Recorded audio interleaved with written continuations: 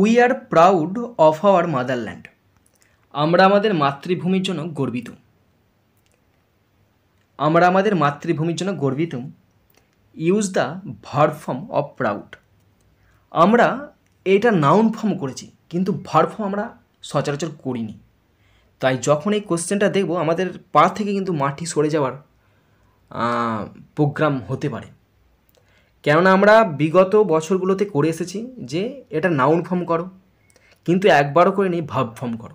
এটা খুব rare case. কিন্তু এখন এই যে প্রাইড শব্দটা আছে, প্রাইডটার ভার্ব ফর্ম করতে দিচ্ছে। তো এখন বলে রাখি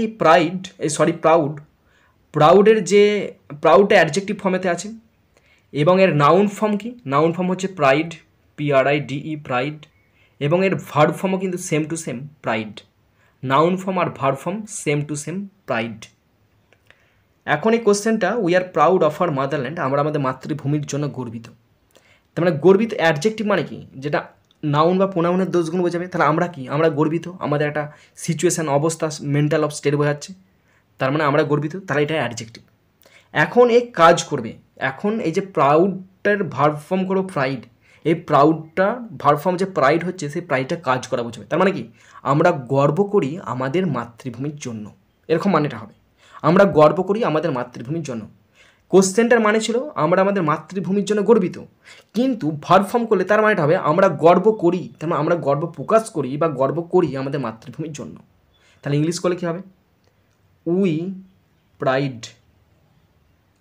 প্রাইড, নিজেরা গর্ব করি। উই প্রাইড আওয়ার সেলফ, একটা আওয়ার সেলফ যোগ করে দেবে, শুনতে ভালো লাগবে। Our selves, ACLVES, we pride our selves on our motherland. প্রাইডের পর অন বসবে ভার্বের ক্ষেত্রে। We pride our self on our motherland, MOTHERLAND, stop. We pride our selves on our motherland, আমরা আমাদের মাতৃভূমির জন্য গর্ব করি বা গর্বিত হই। হ্যাঁ, তাহলে we pride our self on our motherland, এটা প্রাইডটা এখানে ভার্ব ফর্ম হয়ে গেল। কার ভার্ব ফর্ম হয়ে গেল? প্রাউডের ভার্ব ফর্ম।